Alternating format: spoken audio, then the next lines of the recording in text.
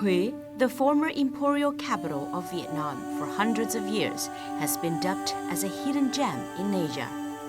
With 5 heritages recognized by UNESCO, Hue has a great potential to develop tourism from traditional values. In this episode of Vietnam A to Z, our on-trend segment will introduce a successful project of tourism cooperation between Vietnam and South Korea, the Muse of Hue. The big story is all about how Hue promotes its tourism potential through the prestigious Hue Traditional Crafts Festival. And finally, we get out and about to an outskirt village in Hue, which has a 300-year-old tradition of making paper flowers. But first of all, let's get to know our host for this episode, an American expat in Hue City. Hey, what's up everybody? My name is Brad Hirsch. My Vietnamese name is Bao. I've been traveling the world for close to 20 years here. Yo fui a Lima, Perú como voluntario y aprendí castellano. Desde ahí, decidí que quería aprender la lengua portuguesa. Sería mi próxima aventura. 我学习普通话，我住了台湾1个月。我studiato l'italiano autonomamente parlando. ผมไปประเทศไทยฝึกหัดมวยไทยแล้ว And I feel like I'll be here for the rest of my life. My every morning starts with a 2-2-2 plan. Heck, yeah. I thought one hen. Highly café. 2 bottles of beer. The biggest secret to success. Happy wife, happy life. I'll be in this beautiful city forever.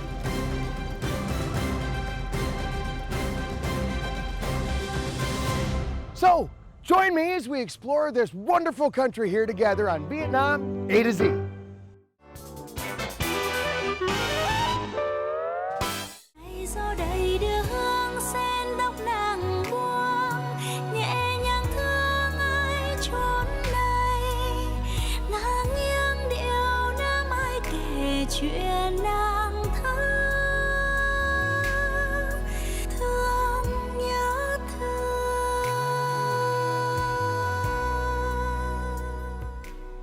Miss Tourism Hue 2015, Lê Chan Ngọc Chan, plays the role of a poetic beauty in Nàng Tơ Sư Huế, the Muse of Hue, a TV series promoting the culture and tourism of the central city of Hue and Vietnam in general.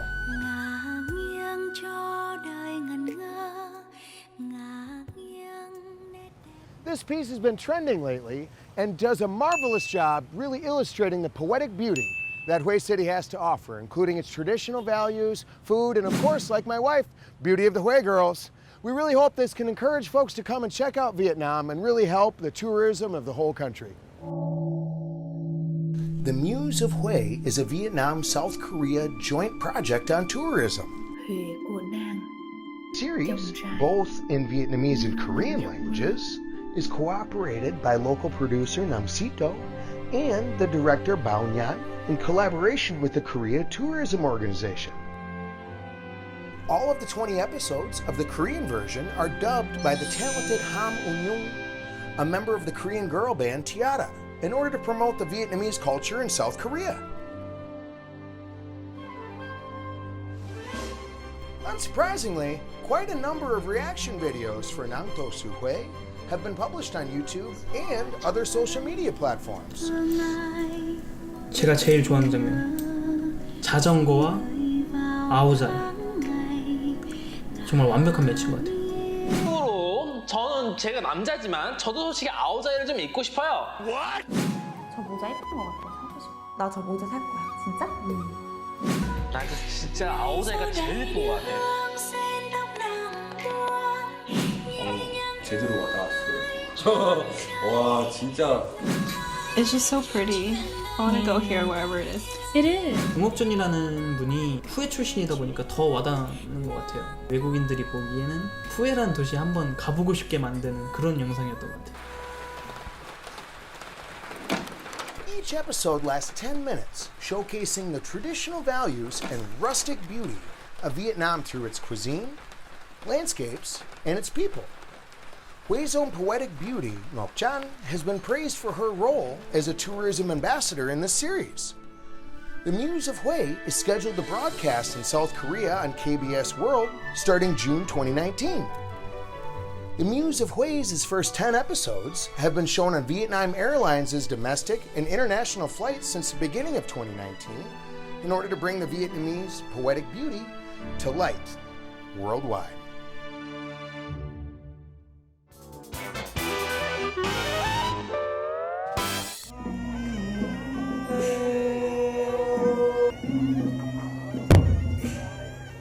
This is a ritual honoring the ancestors and founders of the traditional craft villages.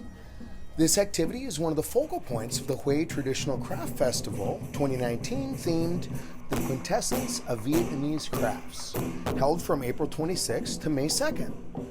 A procession runs along the main streets in Hue with the participation of nearly 500 people, including artisans, artists, Vietnamese beauties, and students donning the traditional áo dài. So here we are at the 2019 Hue Festival, right in the thick of things.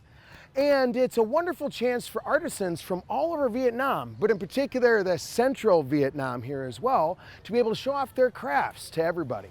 It's enjoyed by, of course, local Vietnamese in the area, but as well a lot of tourists that are passing through that want a little taste of art and culture here. This area and these beautifully decorated spaces along the Huong River have been dedicated to honor the artisans and craft villages throughout the festival. The Lotus Space is the place I love the most by virtue of the lotus being a symbol of Vietnam. On this path there are lotuses of all kinds, from real ones to paper ones, as well as lotus-themed paintings, artworks, and costumes, and something I never thought of, like this. Đẹp quá. Yeah, chào em. Dạ. Dạ, anh tên Bảo, anh tên Dạ, gì? em chào Bảo, em tên Nguyệt. Yeah, well, ní là một nón. Dạ, Yeah, lá sen phải là không? nón lá sen, làm từ lá sen thật. Dạ, vâng. Lá sen này được xử lý và tạo thành cái nón như thế này. Và làm bằng thái phải không? Dạ, làm bằng tay. Đây là một món quà dành cho những người khách du lịch đến với Huế và những người con của xứ Huế đi xa. Did you know lotus leaves are soaked in Javo solution, dried and flattened? The lotus leaves will then be stitched together to create a conical hat. And so, the lotus leaf conical hat was born with its bright green color, with eye-catching details of the leaves themselves. Anh chưa bảo với Thái, một nón làm bằng lá sen. Vâng. Yeah, nên rất đặc biệt. Yeah, tôi có tài tử không? Vâng, như thế. Ready to hit the streets now. Come rain, come shine. We can make it happen. I'm both delighted and astonished to learn more about the wide usage of lotus leaves. Not only the traditional conical hats, but real lotus leaves can be transformed into a wide variety of artworks and paintings.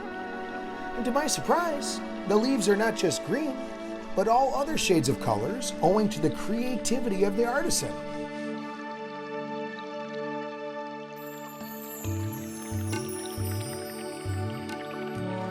Ethnic artisans from far-flung areas also gather here in Hue for the festival. Rounding the corner, I went to the Brigade Zone of the art festival. I met with the artisan Avia Tam from the Ta Oi ethnic group. They reside in the A Lui district here in Thu Thien Hue province. This artisan has mastered the skills of Zheng brocade weaving since the age of 12. Zheng weaving was recognized as a national intangible cultural heritage in 2017. Vải Zheng của người ta Oi là dệt bằng thủ công, dệt bằng tay, dệt bằng máy là không được. Phải dệt tay vì bỏ cái hạt cườm này bên vào trồng. Hai bên đều giống nhau, hạt cườm này. Không phải là thêu. Each Zheng product is unique, requiring the hard work, focus, and creativity of the artisan. I'm shocked to learn that in order to weave a 300 by 70 centimeter piece of cloth like the one she's wearing, it can take upwards of a whole month. What's even more, in the past it took a year to weave the piece from raw cotton. Most importantly, it takes an incredibly long time. One article can take upwards of a couple months. But either way, with the help of a lot of the beads here, we can get it done. So I'm going to take the challenge and get after it right now.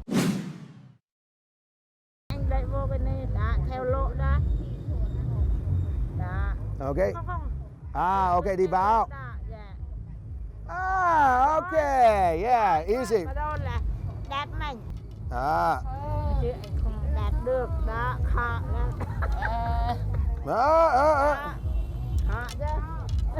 All right, we got it.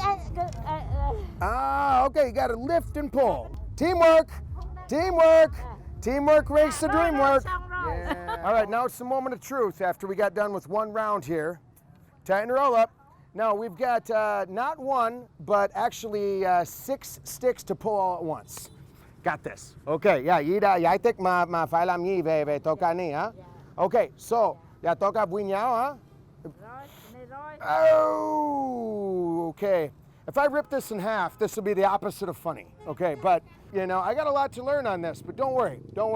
After I'm at it for about 6 more hours, expert. We'll have this figured out perfectly. Chưa xong chưa về. Làm cho xong á. Yeah. Tốt. Okay. Có chỗ này. But yeah, give it a few rounds. You're doing. Nhiều kinh nghiệm rồi. Got it. Yeah. Each of the beads has to be put in the exact right spot in order to create the pattern. I'm nowhere near it though. Anyway, it's been a beautiful afternoon, and this is a perfect example of something I love to be a part of and love to get a chance to try. So I'd encourage any of y'all, get out here and just get hands-on. Everyone is so friendly and helpful and wonderful. That's why they're here too. There are a lot more arts and craft products on display during the Hui Traditional Craft Festival 2019 for locals and tourists alike. Everything from jewelry, embroidery, painted enamel, bronze casting, to aoyais, conical hats, lanterns, kites, and cooking. This biennial event has indeed become an international event where traditional crafts from various countries are showcased in the land of heritage.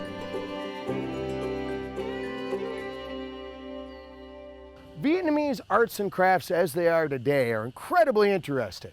But now it's time to wind back the clocks a couple hundred years to the first and oldest museums in Vietnam, the Hui Museum of Royal Antiquities. It's definitely a blast from the past. Come on, let's check it out.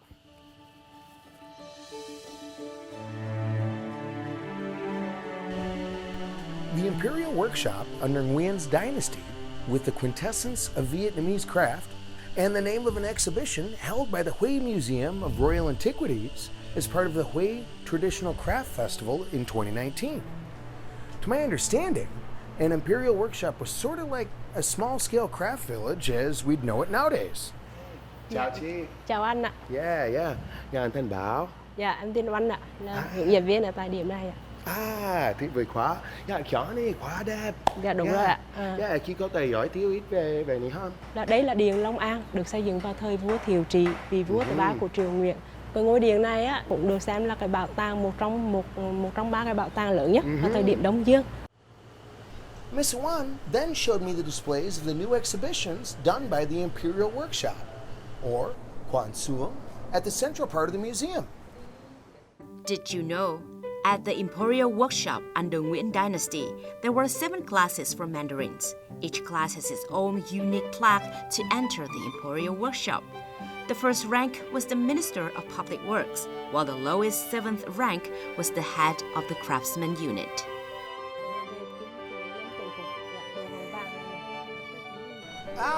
So this is how arts and crafts looked hundreds of years ago, huh?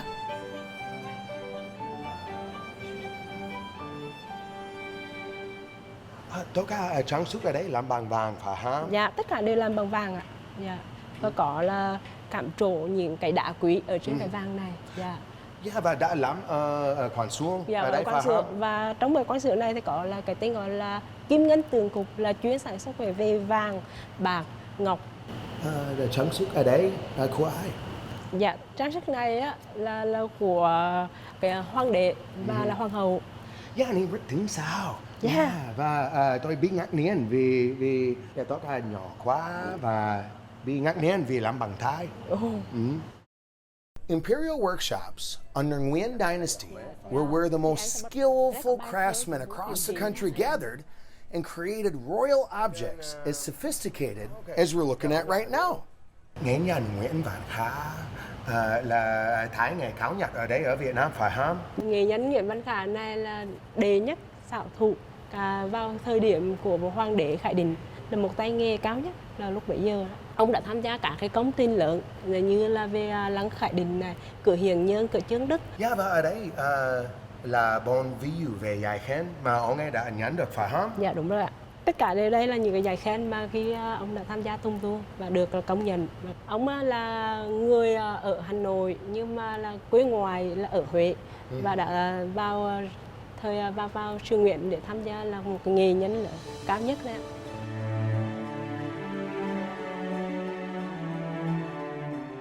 Trong cái giai đoạn Việt Nam là nước phong kiến được thực địa, các quan xưởng dành cho triều đình cũng không còn được chú trọng nhiều, và kèm theo đó là sự suy tàn của nhiều ngành nghề.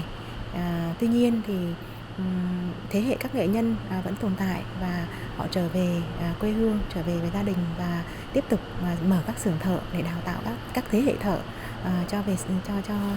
cho tương lai. Và với ý nghĩa đó thì cái triển lãm về quan xưởng với tinh hoa nghề Việt cũng là một cái cách để chúng tôi góp thêm một cái góc nhìn toàn diện cho cái festival nghề truyền thống ở Huế nói chung.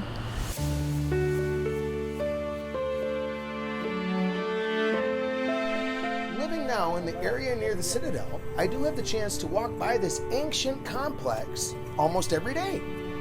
But now I have a deeper understanding about the Imperial Workshop system under the Nguyen Dynasty and the amazing works that these imperial craftsmen created that endure to this day.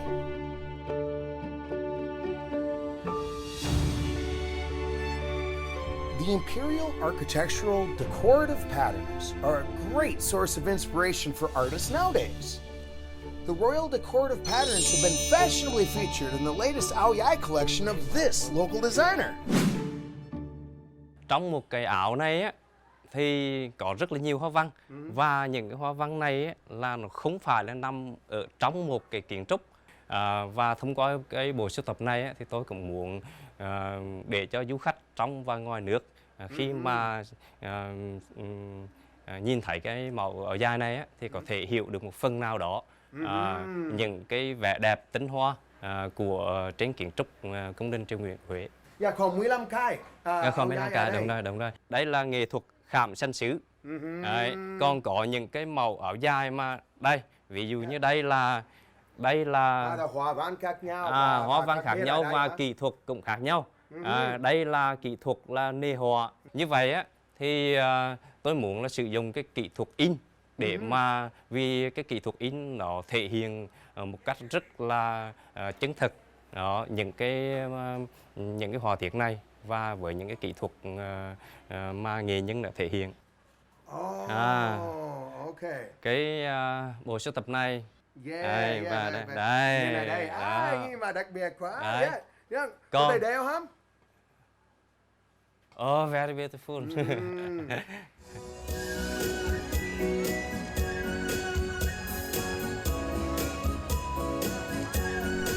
The Time Reflection Ao Yai collection by designer Phan Quang Tan is among the 16 collections chosen to hit the stage of the Ao Yai Grand Show held at the iconic Noon Gate.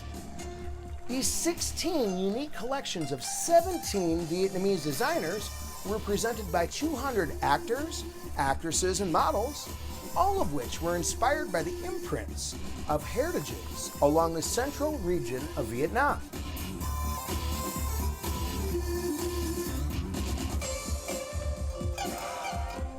Such such a rendezvous for arts and crafts lovers, lured about 400,000 visitors to Hue during the 8th Hue Traditional Craft Festival. This biennial festival, which honors the value of heritage, has stimulated interest in the traditional craft villages and has helped Vietnamese handicraft products reach out to the world.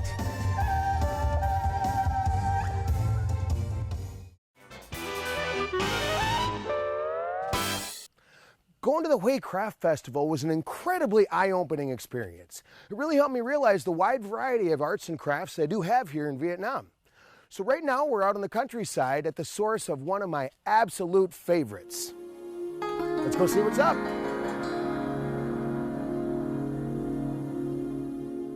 Tan Tien Village lies on the outskirts of Hue City.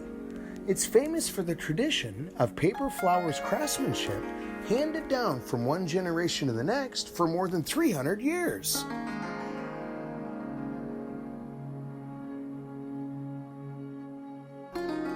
Liên Hoa Tan Tien Vien, aka the Zen Lotus Garden, is our destination today.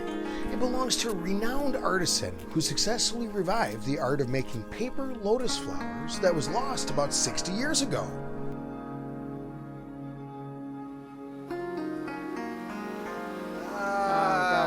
Chào bác. Yeah, cho anh tên Bảo và bác tên Huy phải không? Đúng rồi. Rất là vui được đón bạn ở đây để tìm hiểu về làng nghề truyền thống hoa giấy Thanh Tiên và chắc được mời bạn sẽ được trải nghiệm để làm ra một hoa sen như thế này. Tuyệt vời quá. Yeah.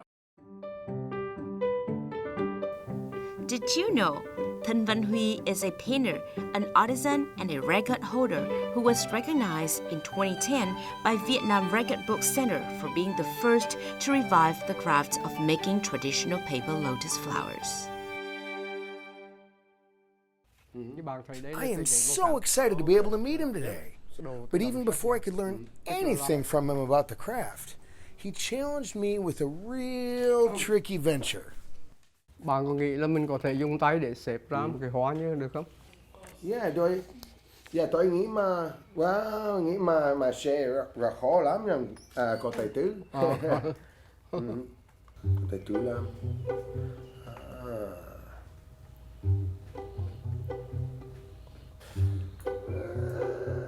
Ít. Vì chưa biết lắm, không có kinh nghiệm lắm nữa. Không thể dùng tay để xếp. Mà phải có một dụng cụ để tạo nếp. Và trước mặt bạn đấy, đây là cái dụng cụ để tạo nếp.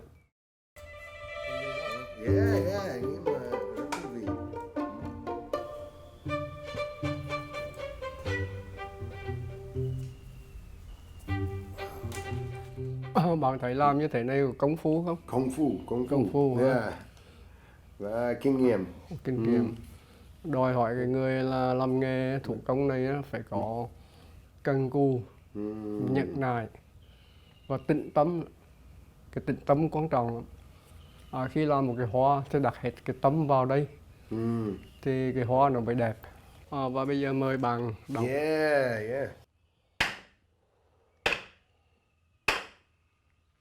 Đọc xuống. Bạn đọc rất đẹp. Artisan Tan Van Hui's initiative to make paper lotuses, as we see them now, was first reintroduced in 2008. His professional color dyeing method is the key to the liveliness of this craft. Hoa sen ngày xưa nó không có màu và nó bằng giấy polymer rất là mỏng. Đó là những yếu tố mà làm cho hoa sen bị mai một.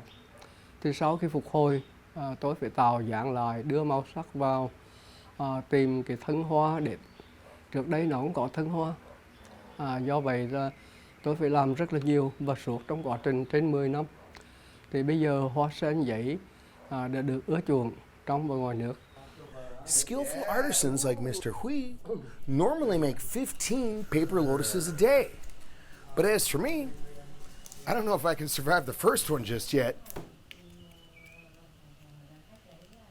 The tricky thing is getting just the right amount of glue on the end. We can work with it. and having these. This never happened to Grandpa. But real quick, 3 minutes of experience to 300 years. So it's not bad, but compared to Grandpa's, it's pretty hideous. As Grandpa would probably say, chudap. Today, artisan Tan Van Huy welcomed a group of Italian tourists coming to his house by boat.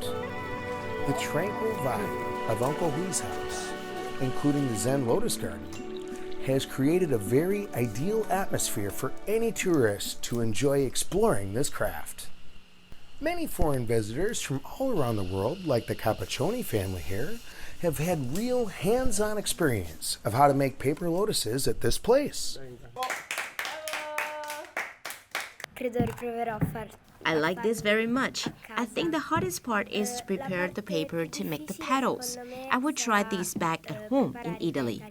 Was a beautiful place and was an experience to making the flower with the artist. I mean, because it's something that you are not in a position different from what you are seeing, but you live with him the experience. It's completely different from the other things that we live in Asia, where you are a tourist and there is a barrier in what we are seeing. You are living with him. Muốn bảo tồn và phát triển làng nghề thì tôi phải làm thế nào để kết nối với du lịch với cái lòng hiếu khách của người Huế, của người Việt Nam nói chung và của gia đình tôi nói riêng. Thì khách đến đây mình xem những người thân, những người bạn. Có nhiều người ở nửa vòng trái đất và họ đã đăng ký cái điểm như thế này trước đây cả tháng rồi. Bởi vậy cái sức lan tỏa cái du lịch thì nó cũng lan tỏa đến cho làng nghề, nó quảng bá cho làng nghề. Artisan Tan Van Huy has come up with various kinds of paper lotuses, including lotus buds and lotus lanterns in different sizes, for both worshiping and decoration. Since being exhibited for the first time at the Hui Festival in 2008, Tan Tien's flowers have now found solid markets around the country. In fact, they're now exported to many countries worldwide. As for myself, I've got something beautiful to keep forever. I feel fabulously fortunate to get a deeper look at all of the arts and crafts that Hue City in Vietnam really has to offer. I encourage all of y'all to take a deeper look and take the time. In the meantime, hopefully you really enjoyed this episode of Vietnam A to Z. See you next time, y'all. 3, 2, 1, action. Anh có thể cho em xem. Yeah, Sam. Okay. Yeah. Lẽ anh đẹp gái hay đẹp trai?